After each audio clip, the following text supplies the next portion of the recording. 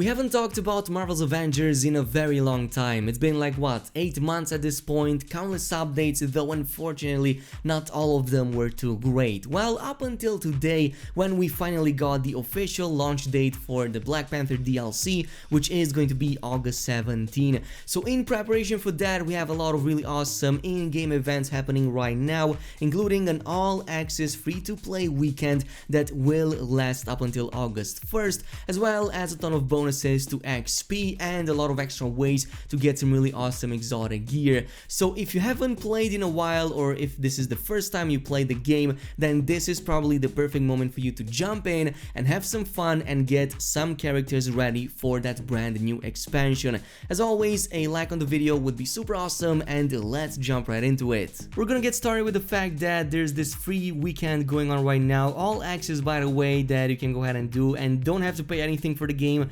test anything out, and if you want to purchase the game later on, I think there's a 50% discount at the end of it. But most important, we're gonna talk about some of the tips and tricks you need to know if you want to level up a character fast, and there's also a quadruple XP bonus event happening right now, which means you get 4 times the amount of XP from pretty much anything you're doing in the game. With that being said and done, let's talk about a really fast way to level up any character to 50. There's a few in the game, but by far the best spot right now is the Adaptoid fight in the Black Widow mission called Up from the Depths, which you can find in the Northern Expanse region. The reason this is so good is because right at the start of this mission there is an Adaptoid encounter that you have to fight with, but it also gives you a ton of XP. Right now about 6,000 plus XP for every time you clear it out, with the bonuses of course on top, and it only takes like 30 seconds to clear that out.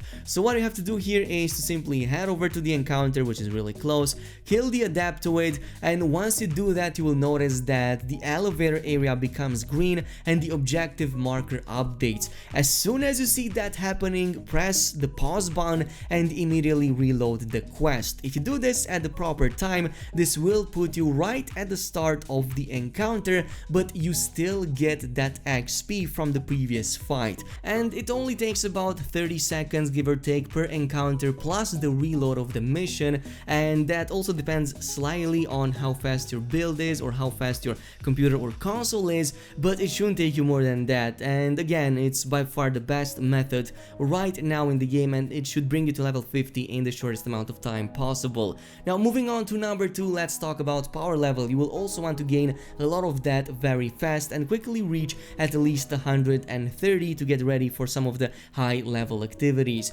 Well, there are a few methods in the game as always, but by far my favorite and likely the best is the faction mission called Day of the Remains in the Pacific Northwest map. Now the reason this mission is so amazing is because there's over 20 lootable chests in it that you can open up, and they will raise your power level about 10 levels every run that you do. So there's going to be a link in the comments down below that you can follow with a more detailed explanation that somebody posted a few weeks ago over on Reddit, but essentially this is what you need to know. You're going to want to completely ignore the main objective of this area, as well as completely avoid any enemy, and instead start by sticking to the left side of the starting area. Reason being is because you will find many of these chests on tree platforms in plain sight, guarded by enemies, and in many of these situations in a bunch of areas underground like bunkers and whatnot. So if you want to see these, again, there's gonna be the links down below. I'm not gonna waste all the time on this video on that,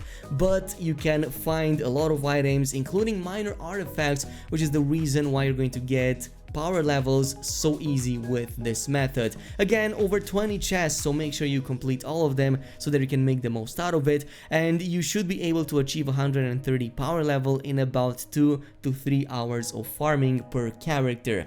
But with that out of the way, let's talk about the end game. There's been a number of new end game activities that you can do, and even more methods than ever before to get really cool cosmic gear, tech and effects, and more important, some of that exotic loot that that only drops in specific places. So we will talk about all of that, starting with the current mission that you might notice, which is called the Tachyon Anomaly mission. So this is one of the quickest you can do right now. It gives you both a legendary but also an exotic reward, not just for the character you play on right now, but for all of the characters that you have unlocked previously, as long as they have at least 120 power level. So I fully recommend doing this after you have made sure that you have at least 120 and preferably 130 on at least a few of the characters that you think you will play the most on. So let's get started with the first objective, which is to complete a bunch of Tachyon rifts. Now, for those who were absent from the game for a long time or who are new,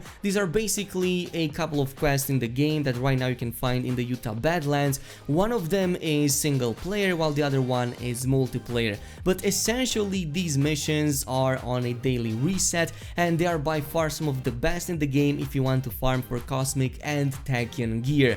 These are some of the best bonuses you can get right now in the game for the highest damage possible, as well as survivability, but I will talk about that in a different video. Essentially just complete these in either single player or multiplayer matchmaking and you should do them in no time.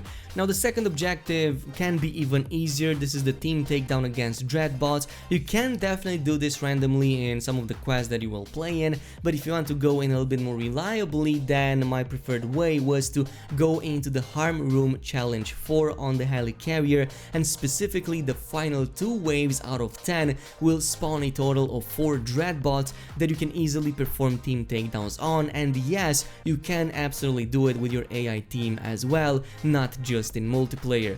Moving on, let's talk about another really awesome way of getting a guaranteed exotic once per day, and that's gonna be done through daily priority missions. And yes, these have been changed quite a lot since we remembered them last year, as they were buffed to provide some of the best loot in the game as well. So they are on a 24-hour cooldown, I believe, and once a day there's an objective attached to them that will guarantee one exotic item for the current character you play it on. The only thing you need to know about these is that they are stuck to 140 power level, which shouldn't be too difficult for you, but otherwise they are some of the other missions, but they have been repurposed for daily priority missions and they will run on a rotation on a daily basis, but that is pretty much it. Now let's move over to number 5 and let's get really deep into the endest of the endgame, and we're gonna start with the Scientist Supreme. This is a weekly mission that features that brand new Cosmic Cube story that was added a few updates ago. Essentially, you can repeat this once a week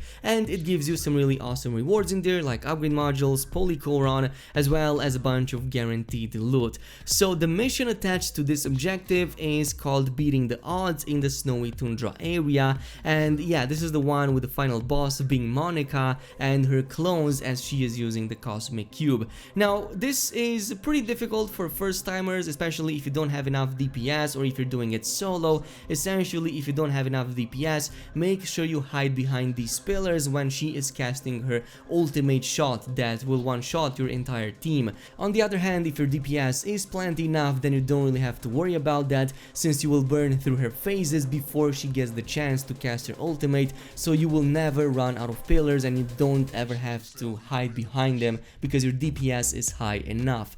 But let's move over to an even higher threat challenge, which is the weekly Heroic Gauntlet. Again, another weekly mission that this time around will guarantee 2 exotics. So these are 2 instead of just 1 how it was previously, and they can also drop, by the way, with the cosmic bonuses on them. And this is done through the mega hives that we had since I believe the beginning of this year, but they have been made even better than before. So previously you had to do about 8 runs of 14 or so rooms, while that has been reduced to only 4 runs of about 5 to 6 rooms in total, which makes the total time to complete these way shorter than ever before, and as a result also less grindy and boring. The only thing you have to keep in mind here is that if you die with a character, you cannot use it for the week on the Heroic Gauntlet, and instead will have to switch to a different one until you run out of characters. But it's again pretty easy if you have at least 130 or 140 power level.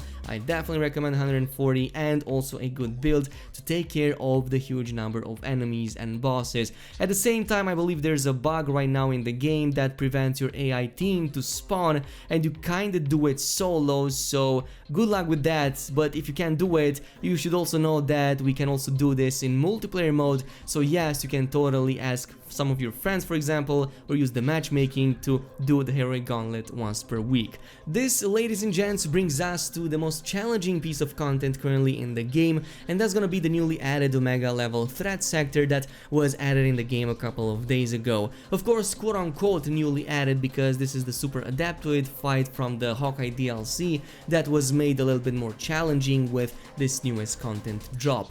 So what you need to know about this is that you will need at least about 140 plus power level, maybe even try having 150, because these enemies in the game are for the first time ever 160 power level, so they will deal a lot of damage and they will have a lot of XP and shields, but at the same time you will also get those guaranteed exotics out of it and some other cool weekly rewards. Now, to do this, what I recommend is to have a really good build for your current character and maybe try to set up a team either via matchmaking or with some of your friends, because it needs a little bit of coordination. Hint hint, definitely bring a Thor, especially in the section with the prisoners. But otherwise, this is pretty much it with the current content and what you need to follow up if you want to get like the best loot in the game, get the most out of it, and get ready for that Black Panther DLC.